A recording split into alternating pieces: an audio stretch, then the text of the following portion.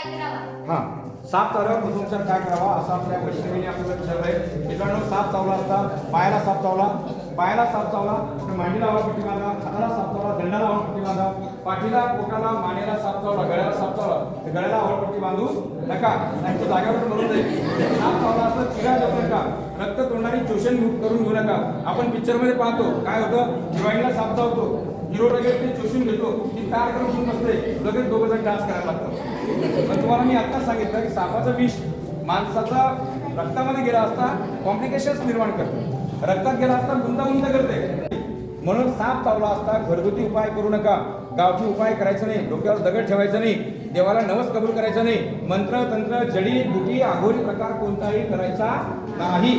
सरळ त्या रुग्णाला मनोबल द्यायचं की अरे बाबा अँटीस्नेक वेनम नावाचं औषध आहे, सरकारी दवाखान्यात माणसं हमखास वाचतात, तुला आम्ही मरू देणार नाही, तू घाबरू नको, शक्यतो तुला चावला साप बिनविषारीच असेल, काही काळजी करू नको, आम्ही त्याचा फोटो घेतलेला आहे. आपण सरकारी दवाखान्यात चालले, आपल्या गावातले खूप लोक सरकारी दवाखान्यात जाऊन बरे झालेले आहेत, अनेकांचे प्राण वाचले, तुला काहीच होणार नाही असं त्याला चांगली हिंमत द्या.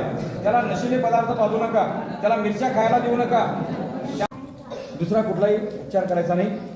शक्यतो सापाच्या चावे पायाला होता तेव्हा मांडीला आवळपट्टी बांधा, हाताला साप चावला दंडाला आवळपट्टी बांधा, मात्र पाठीला पोटाला साप चावला तर गळ्याला आवळपट्टी बांधू नका.